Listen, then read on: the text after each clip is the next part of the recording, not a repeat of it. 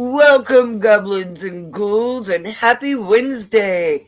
And welcome back to another amazing episode of Musicians Hangout with your host, Crash Fistfight from Villain Plays the Victim, and the Booty Pop Moopsie, and Maxine Maxwell of the Maxwells.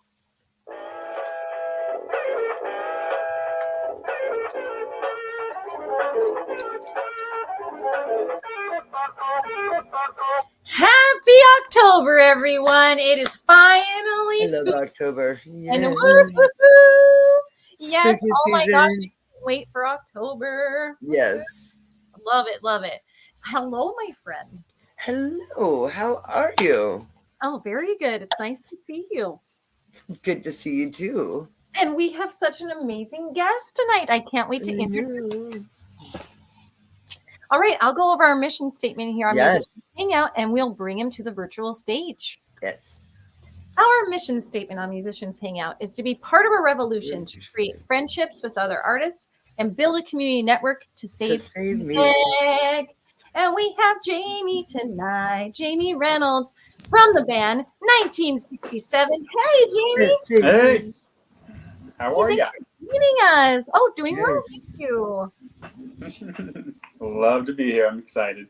Yay, we're excited that you're with us. You've been a long-time fan, and it's about time to have you on. Yeah, and we do want to tell you that we appreciate you always sharing like all your music and stuff and like what you're doing, because we get your emails all the time. So, and we appreciate that. Yeah, my pleasure. So hopefully the music's enjoyable enough. It is. I love it. Oh my goodness. So you're streaming tonight from your hometown, Portland, Oregon. So we are definitely, representing a large range of the Pacific Northwest. 100%. Yeah. Awesome. Yep. Awesome. So tell us a little bit about yourself as a musician, Jayme. Yeah, I've been playing music for a very long time. I think since I was about 4 years old. Started on the piano. I think my grandmother gave me lessons back in those days, very, very many moons ago.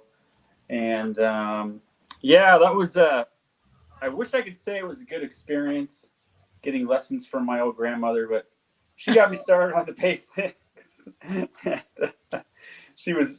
I remember her being really, she was just kind of gruff and a little bit mean about stuff, Grandmas are. This is a middle C. Yeah. Oh my goodness. But she played piano for about 80 years. She's an amazing musician. Wow. I played in a band with her later in my early 20s at Elks Lodges and stuff, and with my dad, and it was a good time. But yeah, that's kind of when it started, and then it just kind of, recitals locally up there in your neck of the woods in Mount Vernon, Washington, LaConner. Yes. The farmy areas, Burlington and all that kind of stuff. Yeah. And I grew up in LaConner, and that's kind of how that started. Started performing at a really young age, probably, 6 or 7 maybe, when I got like a regular teacher. And then obviously music class in grade school, I think we had music instruction or something. And then branched out to there all the way to middle school and high school band. But I started on guitar, I think at like 11 years old, started playing drums at 8 and 9. We just had everything around the house. We had organ, we had drum sets that were set up, like bass amps, Fender, like bass guitars, keyboards. It was just, and my dad was in cover bands my whole youth. Like, that's just, my grandmother was always performing still. Like, it was crazy. There was just always something going on, and everything was done by ear. I was playing video game songs to the keyboard, like just all sorts of, just figuring stuff out at a really young age, and just kind of came naturally. I still got like a Journey song in my head, like right now, that I've just been singing for like 3 months. Wow. Or like, I think it's called like Of a Lifetime. It's a really great Journey song from their first album. Yeah. But that was kind of a puke of information, but that's awesome. We love information like that. Yeah. I started singing later. like probably when I was an adult, just because I had to. Oh, really? But, You didn't sing in middle school or high school? I mean, a little bit. I just didn't really, I didn't know technique or anything in those days. But yeah, guitar is probably the primary, and then it kind of like drums and bass and piano and all that. But I write most of my songs on guitar, and then just write lyrics and yeah, hired a lot of musicians over the years for being able 1967. to play multiple instruments is intriguing to me. Like I don't play multiple instruments. Yeah. Only a drummer. So like the journey of piano to guitar to singing makes you a very well-rounded musician, I would say. Yeah, I probably still need a little auto tuning when I sing, so I'm just like minor, like go flat once in a while. I'm like, but I'm not flat. But yeah, I play it back. I'm like, yeah, you're a little bit flat, dude. Yeah, a little bit. I am not perfect. So when you are performing live, do you have effects on your voice at all or not? No, not usually. I think I prefer dry, but I mean, I think some of the local clubs will kind of go with that funky sound and delay occasionally, or the reverb. Yeah, like it's still, I don't know. The reverb in the chorus. Yeah, I don't know. I love a touch of reverb. They're like, yeah, this is awesome, and I'm like, yeah, it's all right. I'm a fan of the dry sound in recording as well, but and like slight delays and stuff that are really like subtle. That's my personal preference, but yeah, there's a fine line, I guess.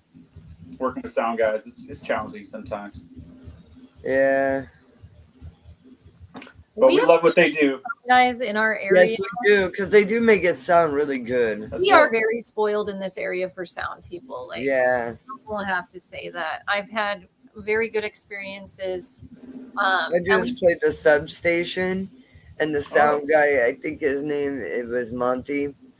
Okay. Was amazing. Just absolutely. He made me sound so good. That's awesome. Substation. So, good job, Monty. Or Austin. Not 100%. Yeah, the Central was pretty fun. I mean, El Corazon, I always liked their sound system. In Seattle.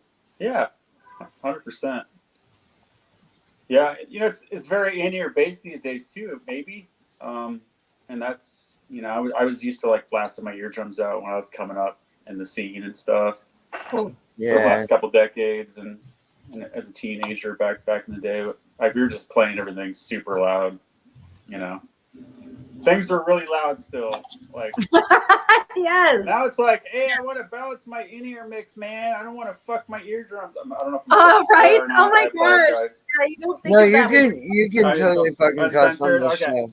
Yes. Yeah, no, it's like I just started playing with in-ears just recently, and I'm super far behind, but I'm still kind of getting used to it. I'm a work in progress on that end. So, but there's something to be said about playing like really loud, right? You feel it, in the rock music. It's like just playing it real loud. It's like there's something about that, I think. But I don't think it's happening as much anymore. Maybe. Right. Well. So tell us a little bit about your band. Your band in 1967. Yeah. Wow. What a weird journey of that band. Started in 2011 and Phoenix, Arizona. Phoenix. Yeah, I was living there at the time and started up a band, and I met this guy named Dustin at Guitar Center there in the west side of the Phoenix area, and gave him a demo I created, kind of like Dave Grohl did with the Foo Fighters, same idea, and just like, hey dude, I've got these 3 songs. He's like, it's pretty good, and why don't you come out and jam? And we just started writing the first album, basically about 10, 12 songs, and made another demo with him, but then he didn't work out, and I just started getting musicians, then got a lineup there for a little while. We played there for 2-3 years, and then I moved back home to Mount Vernon, Washington, and did it up there for another 3 or 4 years. Met my current wife, had a baby. Yay! Well, So congrats. the universe said something otherwise. Yeah, thank you. And then we went to New Mexico after maybe our baby was about 1 or 2 years old, 1.5 maybe. We just jolted to Santa Fe, New Mexico, like randomly. Dude, I love Santa Fe. Santa Fe is actually one of my favorite places on the planet. Yeah, isn't it nice? It's beautiful out there. It was a fun place to live. Did it there for I love 2, the 3 years. art garden out there. 100%. Yeah, it's really one wonderful place. Good art scene, nice people, Yeah. and great history. And but yeah, no, I did the same thing there. Then I cut my most recent album there. I think it was like a 5-song EP with John Kurzweg. Did Creed's first 3 albums that were really successful. Really nice guy, John. Yeah, that was weird just being there and bumping into that guy. He's a great producer. He's got great equipment. Amazing. Still has just some great tricks up his sleeve with the production. And his musical sensibility is just like, oh my God, you're incredible. Like, holy moly. No wonder you help these bands out back like Puddle of Mud and all these other guys. You're so good. Such a good songwriter and sensibility. Just like, oh my goodness. How do you figure that out? Like I brought my music to him. I'm like, it's probably pretty ready to go, Like, I got this. And then he's just like, no, you don't got this. You need to like, change. Let me show you something. Like, hold my beer. Woo! Humble. So that was cool. And then, so that happened. And then we went to Portland after that. And I've been here ever since. Gosh, almost 6 years now.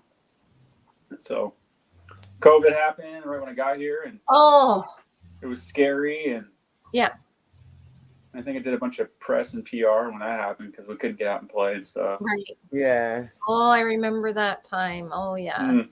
Super stressful. It feels like a long time ago and not all at the same time. And it itself felt like a long time. We're still recovering. Yeah. I agree. It's still here. It is. I think I just got it like that's first time it. Now it's just like, really? Well, it's like I have the flu. Yep, I got the Rona. Yeah, the Rona. Could be like a knack cover. Can't come into work today. I got the Rona. Nope, can't make it in. Yeah, no, my wife got it the other day. We probably got it too. We didn't test, but she did. Oh. We had to have had it. It was weird. It was different. It is a different virus. It definitely is. It makes you feel very off. Yeah. It lingers too. You got that foggy feeling for a long time. Foggy is the word. Yes. Wow.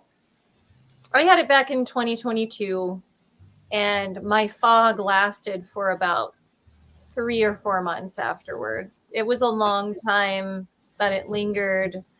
Yeah, at least in my, my neurological, energies, I would say. My brain was not okay for a while. And it scared me. I was like, will my thought process be the same ever again? And yeah, it came back, but it was still concerning. I'm a high school teacher, and I wanted to be able to be on my game when school started. I had COVID in the summertime, thankfully, but when I came back and still wasn't feeling 100%, it was concerning. But about 2 months into school, I started to feel like myself, and I'm definitely back to normal. But it took me a while to feel normal. Wow. Yeah, I got COVID a couple of weeks after you did. Yes. And that fog lasted forever. It does. And it's not just that fog. It's like the exhaustion. When you get sick again, like when you get like a flu or a cold again, it affects you differently. It affects you a little bit worse because the immune system's been broken down by COVID. By the Rona. But yeah, I got a 12-song album coming in here. Nice. Still need to like take it into the studio and finish it up, like get all the drums or the guitars and the vocals and bass guitar done. I usually just kind of handle it on my own on that end and hire a drummer that I've worked with in Phoenix for a really long time. Well, that's Matt cool. Haskell, he's a studio tech as well, and really good drummer, plays in a lot of bands, and just knows hundreds of songs and That's just can cool. learn stuff. And he's kind of like got that Bonham kind of backbeat thing going on. And well, and he still lives in Arizona. He still does. He's still in Gilbert, Arizona. It's like a suburb near Mesa or whatever. Yeah. So do you write the tracks and then he records it for you, or like? Well, yeah, like I'll do like click tracks here and stuff, and kind of put it all together with demos and like a couple of guitars and some bass and some vocals, and then send it over to him on a click, and he's like, okay, what's the BPM? And then he kind of just figures it out and has his little way of importing it into his system, and then I think he did like MIDI this time, so I can like take it anywhere, and then like whoever produces it can like make it sound however it needs to sound. Or like today, I think in studios you can just like get any drum sound you want or whatever. It's all to the grid. I'm just impressed you guys do it to a click track. We do not. Yeah, I mean, with non-regular players, it's kind of like the only thing I can do. I don't have a lineup that I'm playing with a couple times a week anymore. But I mean, I probably had like a couple dozen musicians in the last 13 years of the project. So wow, okay, all over those 4 but states. I mean, that kind of keeps it fun because you get different styles. Yeah. Yeah. Yeah, I kind of bumped into a guy here in town, Carlin White, really great drummer, plays with like Camila Cabella, Beyonce, and a lot of rappers and stuff, like in their live band or whatever. Yeah. So, yeah, no. J. Cool, I think he plays with J. Cool. I never heard of him, but I was like, I guess he's a pretty big rapper or something. So nice. I play bass for Curtis Young, who is Dr. Dre's son. Dude, that's amazing. See, it's just like you get out here long enough, you'll start meeting some people. It just takes time. Yes. Yeah. Just keep going is what I say. Just keep hanging out. Don't leave. Don't leave. Just keep going. Yeah, no. It's just keep going and have fun. Have fun. Exactly. Keep writing. It's all about the music and what I do it for me. I mean, at the end of the day, it's just art. And I think Eddie Van Halen said, "Hey, Charlie Sheen." He's like, he asked me to come do a little thing when I was on a sitcom, and I'm not an actor or anything, but I'm just a guitar player. I'm just a musician. I don't like paint or do anything. I've just always played music and kind of like that, like an musical interpreter, So, but music interpreter. Yeah. What is that like? Yeah, tell us about that. I don't know. Maybe just figuring songs out when you hear them for the first or second time, just kind of like getting them real quick and having a pretty decent ear and just hearing the melodies. That's cool. All right. I dig that. I think Bon Jovi, like Living on a Prayer, was like in my head when I was 8 years old. It was like, hey, I just figured that out. I can really hear it in my head. Oh, yeah.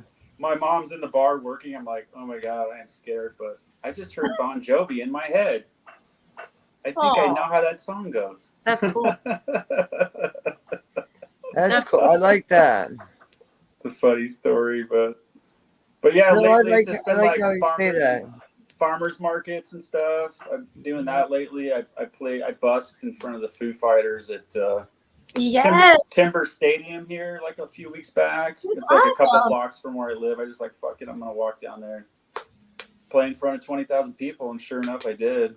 Yay! But smart. I couldn't even hear myself because it was so damn loud. Like, yeah. But that would be intense to busk, man. I busked before, and it's kind of nerve-wracking because they're not people who came to see you. You're on the street and they could like love you or hate you. We got a lot of love.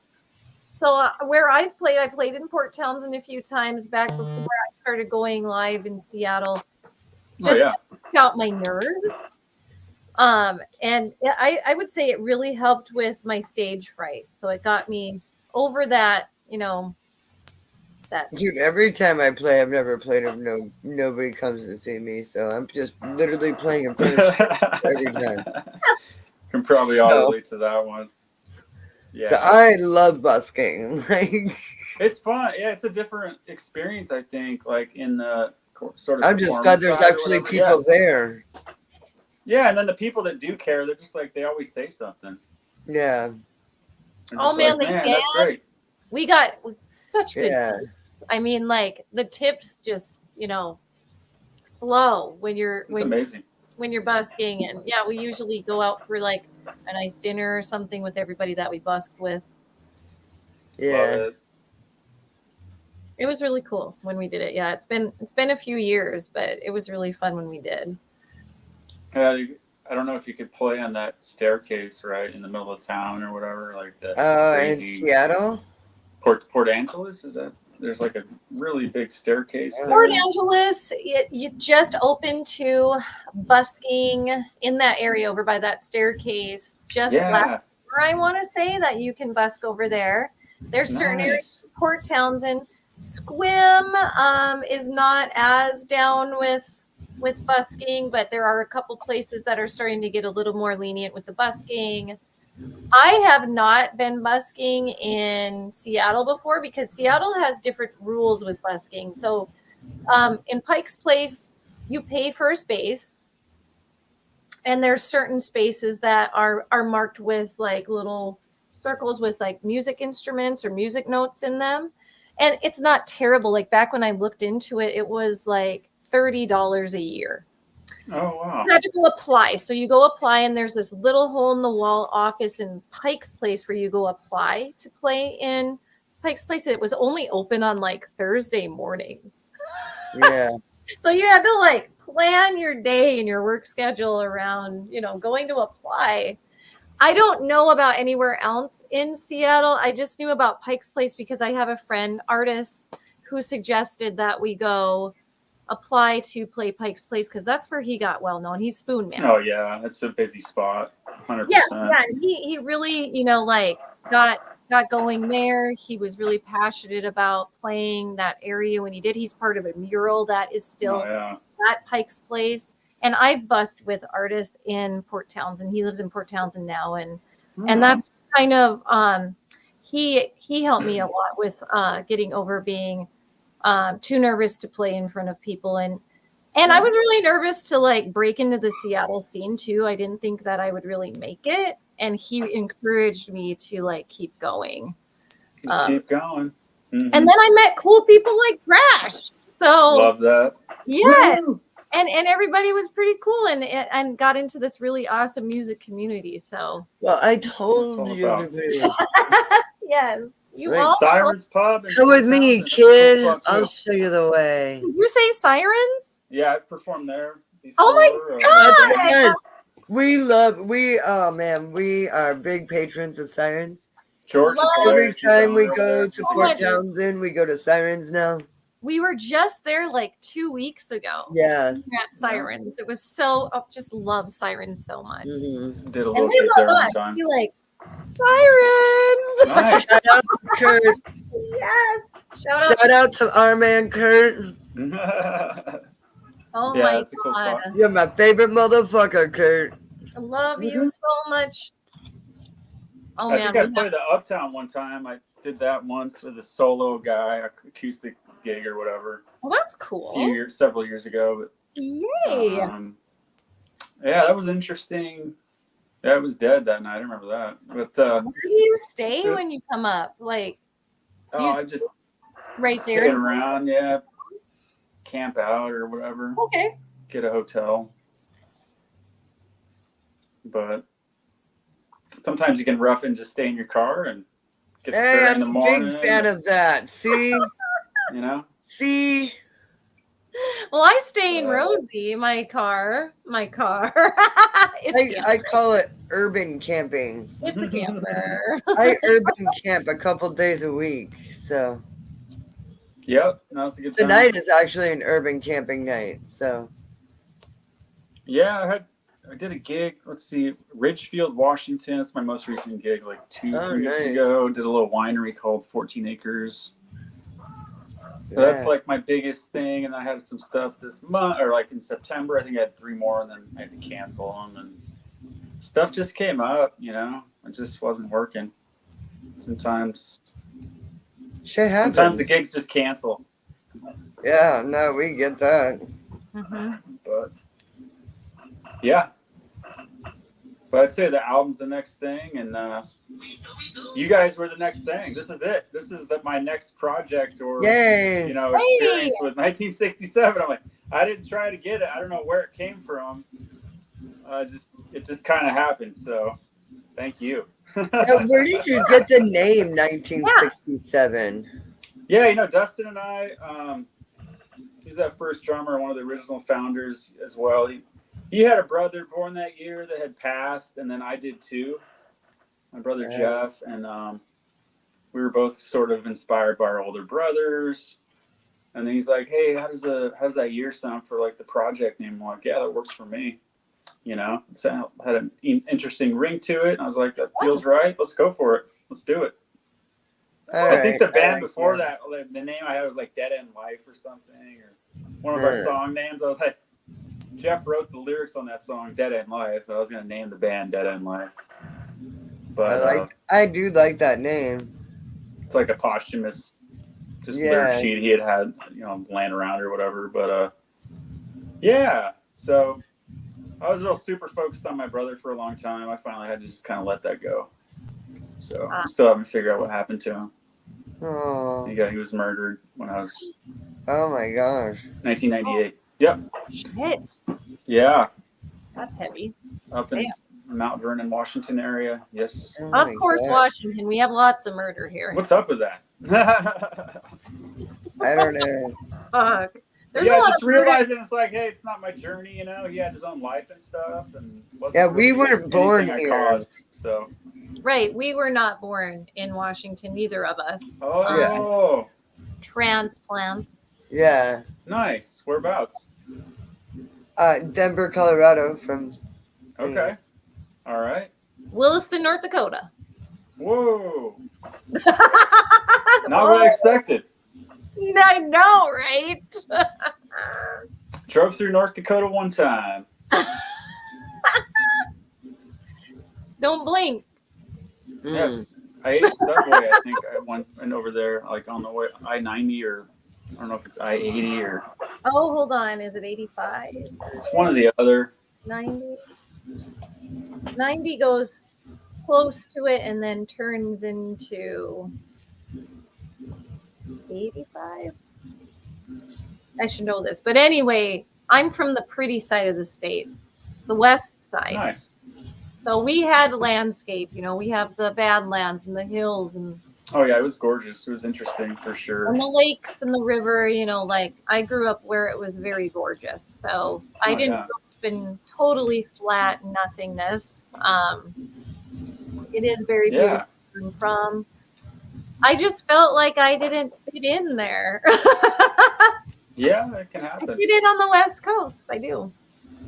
Yeah, and there was a lot of people from Denver that came down to Santa Fe and stuff to like vacate and stuff, vacationing, and like Santa Fe was sort of a hotspot for the Denver folks and stuff. Oh, I was probably one of those people. Oh, okay. Yeah, I mean, there was like, hey, where are you guys from? Oh, here from Denver, hanging out, you know, like, cool. Right on. We played a gig in Las Vegas, New Mexico one time, too. I don't know if you know where that is. It's like on the way to Denver. Yeah. Or whatever on the. I can't remember the highway name or the interstate. I can't remember the highway. What is it? 40? The 40? No, that's the other one. Anyway. Yeah, it's the one that goes north-south from Albuquerque. But it's funny, if you live somewhere, you kind of like know all the roads, and then you leave for a few years and you kind of forget about them all. Yeah, well, yeah. It's been a few decades for me. But once you get back there, you're like, oh yeah, I remember all this stuff. Yep. Yeah. I had to look it up. I-94 runs through North Dakota. 90 goes down into South Dakota. There we go. Because you can take I-90, but then you got to get on 94 to go up into through North Dakota. You can hear that accent, I'm sure. A little bit. Yep. Yep. It comes out every once in a while. When I stay with family or if I've talked to family a lot, you'll hear it.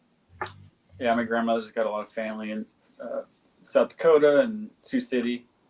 Nice. I don't know if that's far away from there, but yes and no. Like it's not that far, but it is. Oftentimes people mistake that I am from South Dakota and they'll make reference to like Mount Rushmore, and I'm like, nope, I'm from North Dakota. Totally different. Yep. No one ever talks about North Dakota.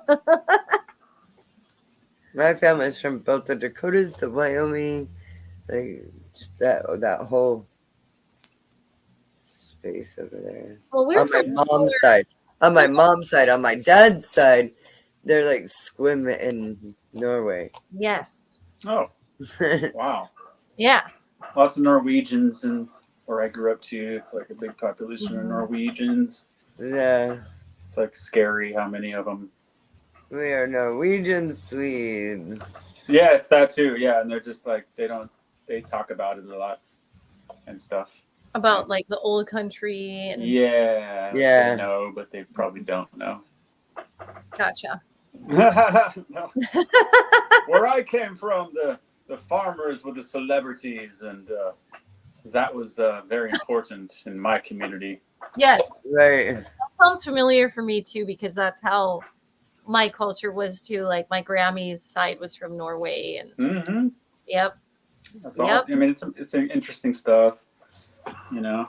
There were some interesting things that they saw when they came over, you know, like when they settled in the lands of the Midwest through my mom's side, they're from Norway and Germany.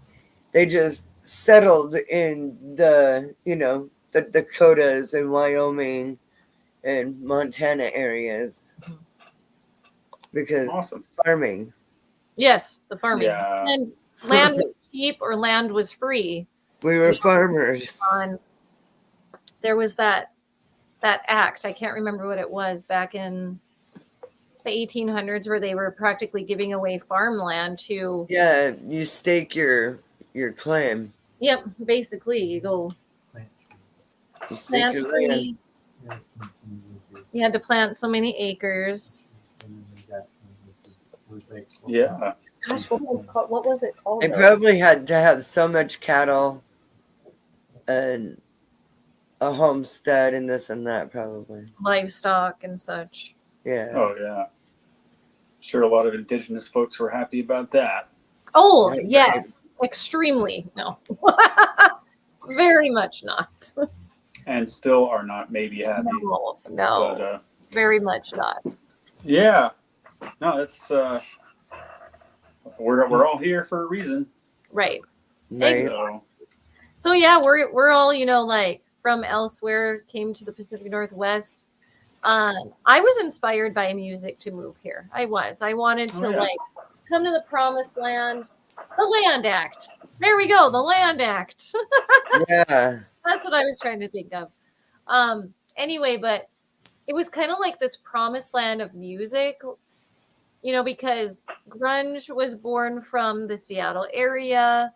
And when I would hear stories about the music scene, it just seemed so magical compared to where I was. Yeah. Brought me here. That's awesome. Yeah, I know. I grew up with Nirvana and being close to that area where he was from and stuff. And definitely a big inspiration for sure. You know, when Nevermind came out and everything. Oh yeah, I'm sure. It was quite something for sure. I think it was super strange when I saw that video on MTV. I remember that Smells Like Teen Spirit. I thought it was really weird when I first saw it. I didn't get it. Couldn't understand it because like there were so many hair bands. Yeah.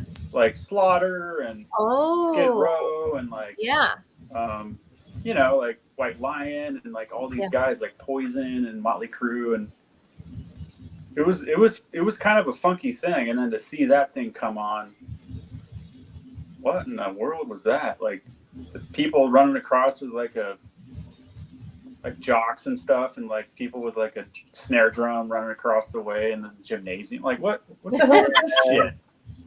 What was that? I couldn't figure out if I liked it or not when I first saw it. I maybe. And the cheerleaders with anarchy on their sweatshirts. The drumming was different. It was like, what? This is, it's kind of cool, but yeah, once it caught on, that was it. It was done. Yeah, it definitely was. Yeah. And so, speaking of some of these bands, musicians, etc., who are you inspired by, Jayme? Yeah. Oh gosh, I'd say, man, probably like Metallica would be the number one, maybe. Like I really spent a lot of time with those guys and checking them out. And hold on, backwards land. I can't. Nice. Hold on. Yeah, being a fan of them, I was like rocking out to Fade to Black, when I was 8 years old and stuff. I love that song. It had already been out for a few years at that point, but like my babysitter had tapes of them, and my brother, and they had Primus, Sailing in the Seas of Cheese, and like, My Name is Mud, and like all this stuff. And you're like, Soundgarden, like Bad Motorfinger, and I'm like, what the fuck? Yes, that album is really crunchy music. The best. Oh my god, I love Soundgarden so much.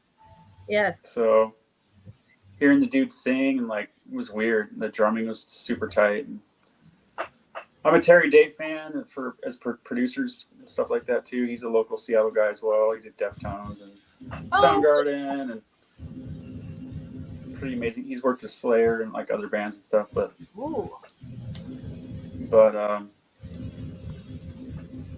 yeah, no, I mean, it's I'd say Rush too, but yeah, all the Seattle alternative grunge bands for sure. Cool. Large spectrum. Yeah. Different types of rock. I dig it. But then, being like influenced by your parents' music too, even younger than that, and remembering that was important, like Three Dog Night and classic. Just these great songs that were just radio songs that were just like, man, those were really good songs. But yeah, that's Journey. I went and saw Journey recently. Like, I still have an appreciation for that band. Like, hell yeah, dude. Great. Yeah. And then, checking out their earlier stuff when they didn't have Steve Perry with Greg Rowley on vocals, and just like, wow, this is a different band back then. It's a different style, kind of more along the kind of music I really enjoy. I mean, I still love all the Steve Perry stuff, but you could tell Journey was a band that was just about being a band before that happened. Like, they didn't care about anything else, about all that shit. I see. But they couldn't make it. It just wasn't the right sound. It just didn't work. Right. Journey is pretty good. Yeah. Yeah, it was not the right sound for that time. Wasn't that weird how that happens with some bands? Yeah. Yes. Oh yeah. But they're still remembered, Yeah. Across the generations, Yeah. I mean, still younger generations know of Journey. We still teach it to our children today. Yes. Yeah. Who did Journey play with when you went to see them? Oh, they were Def Leppard and nice. Steve Miller Band. Yeah, that's a good lineup. That would be fun. Cheap Trick might have been on there. Like, I left after the second Def Leppard song. I saw how Journey opened. It was weird. They opened. And then they opened?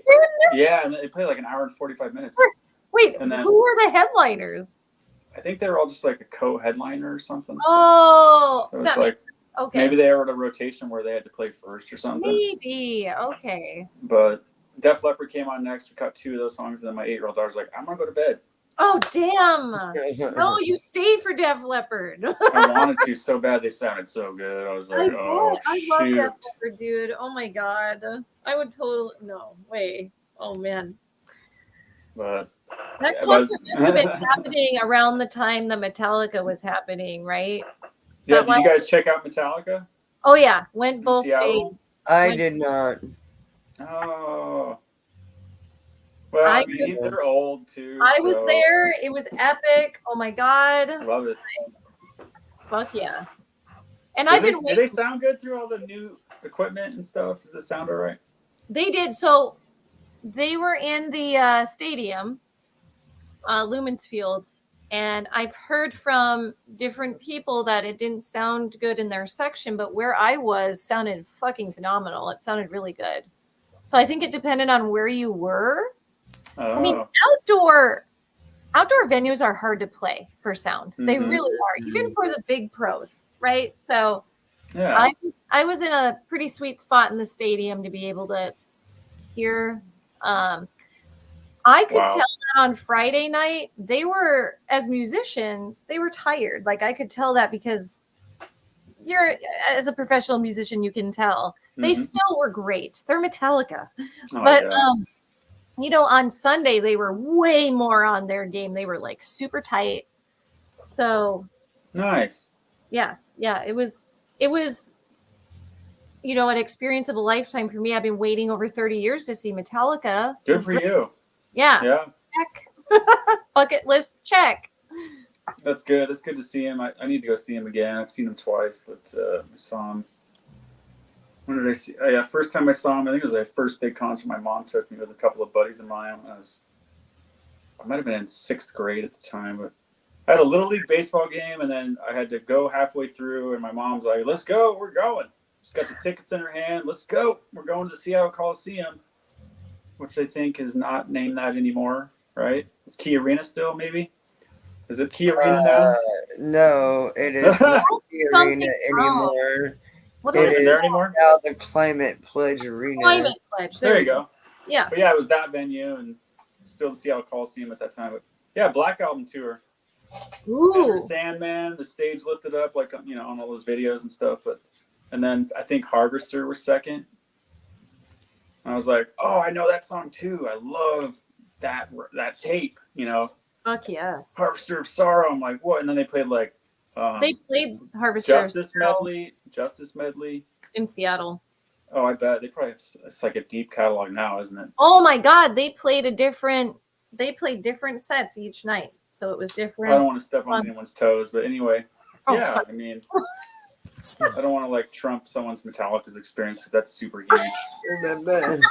Hey, you got to see in their prime, like the 90s Black Album. Come on, that would have been like key prime time to see Metallica. And then the Load era at the Gorge. Oh, in high school. Nice. So that's fabulous. That's fabulous. It was cool. That was cool too. It was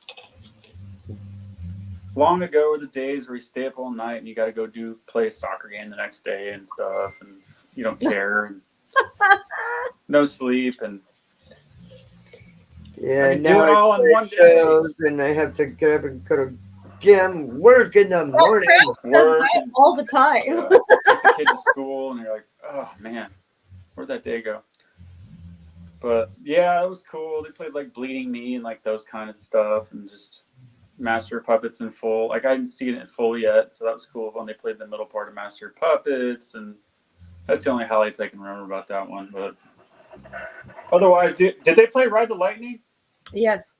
I see you got that one over me. And they ended. I want to see that one. They ended the first night with Master of Puppets. The full. There you go. Complete song, yes. That's amazing. It was so amazing. It was so good for you guys, and that's awesome. Thank you. Crash is next time. Go to Concerts are fun. They are fun. They are really fun. We got to go to Slipknot together, Crash and I. That was back in 2022. Which one? Slipknot. There you go. Love it. Yes. Slipknot and Cypress Hill. Oh, that was so fun. It was like so epic. So I got to see like I think I've seen all my bucket list bands really, like Metallica now, Slipknot, Black Sabbath, and Foo Fighters. Like, there you go. There you go. I've seen them all. Like, I heard Foo Fighters.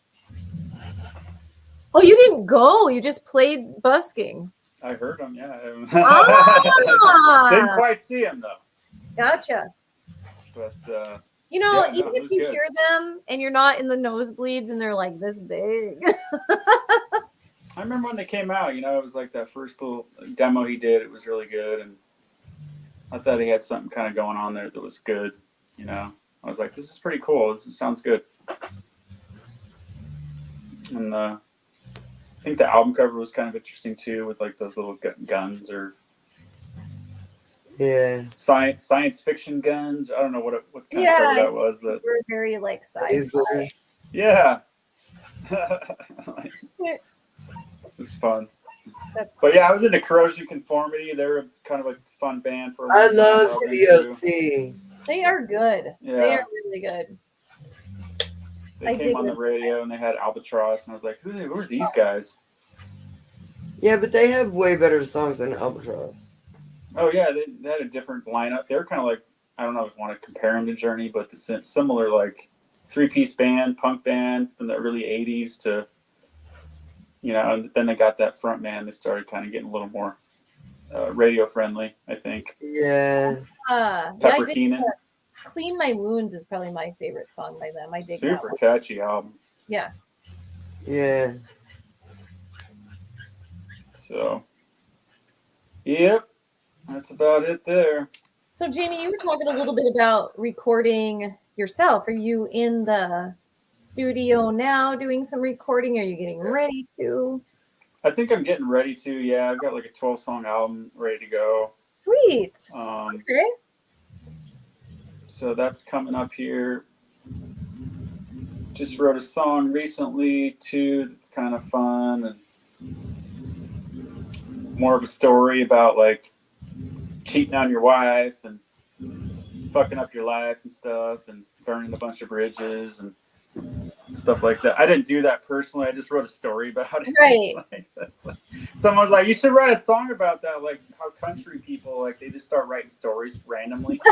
And I'm like, yeah, I've never tried that, you know. And if someone delegates me like a lyrical idea or like a song idea, I can get to work. You know, the song Not That Good Yet that I had written with another guy, he's like, you should write about partying and like having some drinking challenges and stuff, and you should write a little song about it. So I'm like, cool, yeah, I'll go write a story about it, you know. But otherwise, I don't really like enjoy writing lyrics or anything. Yeah. But if someone like gives me an idea of like, okay, you're a writer, you need to go do a project and like do an assignment. I'm like, okay, that's all right. Yeah, I can maybe do that. Gotta get some kind of inspiration and then let it flow. Maybe. What's like your process? Deadlines, you know, like everybody operates on that, right? Deadlines and urgency and stuff. But go ahead. Sorry about that. Recording. Oh no, it's fine. I interrupted you. I was trying to word this correctly too. Like when you're recording, is it like you go in, you hit it and quit it all 12 songs, or do you go in one song at a time, or okay. I see what you're saying. Yeah, like it really depends. I mean, with the 5 songs we just did, I kind of did them all in one deal. But we would do one song at a time. But yeah, it really depends. So I guess with these 12, it'd probably just start. I would just say, hey, I got the money for the whole thing, and I just want to get it all done. I mean, I don't know if I'd want to. I mean, maybe like if I was really in a financial difficulty, I might do the one at a time thing. Mm-hmm. Maybe throw them out as singles or something. Mm-hmm. Have you guys ever done that? Yeah. Just throw one out here, wait 3 months, do the next one, or wait a month. Yeah. Mm-hmm. We've done all of our stuff so far, but we're really wanting to do some in studio recording and not have to mix and master our own stuff. So like in that sense, go in because we're so well versed with our songs, like just go in and hit it, quit it, much like your band does, Crash. You just go in, you guys lay it down. I love that. Oh yeah. Yeah, I mean, I can pretty knock that pretty quick, you know. Like I know where the songs are usually supposed to go, but if there's a producer kind of manning the board and piping in some ideas here and there, then it can be pretty fun. Like, see, John, he was more like a second member or whatever. with another opinion in a way. I'm like, I welcomed it because he was pretty awesome and successful history, you know. So you're just like, I can't argue with what you're saying most of the time. So, but I mean, I think with this one, these 12, I'll probably go into. He's a member that played with our band here locally. His name's James Villa. He's a good musician. He's got a little studio here. I might just go in with him and kind of knock it out or whatever, just because it's down the street, you know. I'd rather go with John Kirstwig again than go to Santa Fe. Really, that's my first choice. Like that's what I'd rather do. I'd rather go back with him and do it again, you know. So, financial difficulties are challenging. Yes. Yeah. Oh my gosh, and they hit us, you know, throughout our lives, especially professional musicians. Like, yep, we start crawling out of it, and then it hits us again. You know, like you go do a show, and then some of your equipment starts to make funny noises. Oh. Yep. Yeah, I really don't know where I'm going, to be honest. Like, I'm just kind of going where my higher power just says, hey, this is what's going on. So just do it a day at a time, you know? Yeah. That's kind of how I live right now, just a day at a time, 24 hours at a time. So that's what I do. So do you have any shows that are coming up? Yeah. I don't. This is it. You're in it. You're in the show. I love it. I love that we're the show. That's coming up. Is there anywhere that you like or something after dinner? Oh, is there anywhere in the world that you would like to play, like any venue, or? Yeah, I told myself I was going to be playing stadiums like a couple of years ago when COVID was starting. But like, I'm going to be playing in stadiums. I don't what's know. your top 3 places in the world that you want to play? Stadiums. 3. Go. Shoot. I mean, Safeco could be cool, right? That'd be fun. All right. Maybe the Garden or. Okay. Gosh, there's so many of them, right? Maybe some soccer stadiums in Europe, like in London or whatever. Yeah. Like Wembley or whatever. All right. That could be cool. Yeah, I'll give you that. Dude, if Dave Grohl can do it, why can't we do it? I mean, he's just like a goofball. That's awesome. He's just like a dork. He is kind of a dork. Like shows up and I'm mad at Dave Grohl. I'm so mad at Dave Grohl because he's an idol of mine, and he had to have his freaking love child and all that shit. I mean, I know we're all human. I get that, but like a lot of Foo Fighter fans are like, I mean, we're family people. We're devoted spouses. I mean, we respected that about Dave Grohl, and now he's like, he's duped us all. What happened? I don't blame you. Oh, he cheated on his wife and had a love child with like a 20-year-old. Yeah. Yeah. Like, come on. Even Dave Grohl, come on, dude. Come on. Don't be a dick. That sucks. But... You are not my hero. Oh. Yes. I said it. Hey. It's all good. I don't blame you. Okay. So yeah, I really wanted to meet Dave Grohl. Now I'm having second choices, Dave. Boom. Boom. Yeah. But I will say that when you go to a Foo Fighters concert, he does draw you in. He draws in the crowd. He talks, you know, to the whole entity of the crowd like we are a family, and that's kind of like that dorky vibe you get from him. He's funny dude. Yep. So chat. Right.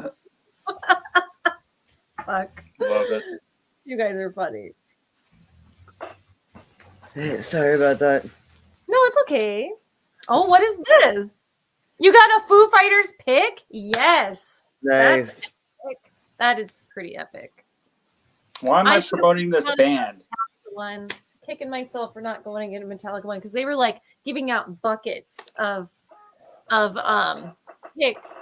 I wasn't on the floor. I was up in the section. I wasn't way in the nosebleeds, but I was in like a seated section. but I was like kicking myself for not going down and getting one of the picks because there had to have been like 100,000 of them. A pick for everyone. It lasted I think about 1 hour set. And then it broke for busking, so I took it out the week after, yeah. Gotcha. Don't tell Dave. Don't tell him. Probably lasted longer than those sticks I got. Yeah, Crash, tell him about the sticks. So I got an endorsement from There's Collision Sticks. I played them twice and they broke. Oh no. They're supposedly indestructible. I have the indestructible sticks. We'll see about that. Well, I did break one years ago, but I think it was faulty. And you have to, there's these like plastic sleeves or silicone sleeves that you put on for protection. Like it's like a drumstick condom, really. And it protects the stick. But they are made of, hold on. They're not fiberglass. Carbon fiber. There we go. Thank you. So they're carbon fiber sticks. Lars Ulrich's signature series ahead is the company's name, and I've had the same sticks for 14 or 15 years. Oh wow. I love them. I love them so much. I know like there's a lot of people that only play with wood sticks, but I got so tired of dealing with the splinters in my heads. Oh. And I got tired of breaking sticks, and I was influenced by not only Lars, but some of the musicians in the local music scene that I was in North Dakota to try out these sticks. And I like a heavy stick. I have 5 Bs because they like play themselves. Really, I just love that they have an extra bounce to them because there's that weight. Awesome. And yeah, I have another pair saved on my Amazon wish list just because it has the Metallica logo on them, and I don't have that on my sticks. And mine are so faded now because they're so old. I was on a mini tour back in 2019, and someone jumped up on stage to try to take my sticks because sometimes drummers give out their sticks. Yeah. And I was like, oh, not taking my sticks. But I got this like signature series that a friend of ours, Rebecca from what is her company? Dragon Legacy Entertainment. Yeah, but her printing company is like Dragon Designs or something like that. The one that she was like. So yes. I can't remember. I can't remember. That's probably her now. Yes. Yes, chime in, Rebecca. And she made me some signature sticks. They're wood, but they say my name. We have them. We have musicians Hangout ones, and I'll give out Maxine Maxwell sticks at my shows for fans. Love that. I've got some sticks. Yeah, like a friend of mine, they've got Scorpion Percussion. It's an interesting company. That's the next endorsement I'm going with is that's Scorpion. what you were saying. Yeah, I think I'm that's currently playing their sticks to see how indestructible their sticks are. So they held up really well. They are weapon grade hickory, so yeah. Ooh, I can't wait to get your review on those, friend. We'll see. Okay. I mean, tomorrow I have band practice with Villains, so. Excellent. Yeah, tell me how that goes with the Steaks. I'll be right here. Well, I should probably try to set up practice myself now that you mentioned it, just to get back out there and play a little bit. Yeah. Oh, it's a great way. Definitely. Maybe that's my next show is like a rehearsal. Yes. Okay, guys, we have one gotta more wrap it up. We wanted to have you plug yourself so our followers can follow you. Where can they find you, Jayme? 1967band.com or 1967band. Awesome. Social media. Yep. Yeah. Check them out. They're awesome. Follow them. iTunes or Apple Music. Join their mailing list, Spotify. their email list. But you got to look up our song names on Spotify. So do that. Make sure you do that first. That's about it. But yeah, appreciate you guys. Thank you so much, Jayme. It's good to see you. Hope you have a great rest of your evening. Fun. Yeah, we'll talk to you guys soon, and maybe we'll do it again one of these days. Yeah, maybe. Absolutely. You know, we got to figure out how to get you playing up here somehow.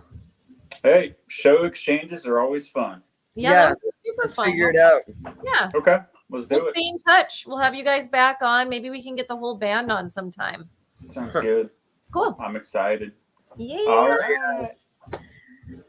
All right, everybody. Thank you so much for tuning in tonight on this lovely Wednesday. We had an absolute blast. I will take us out. Let's go.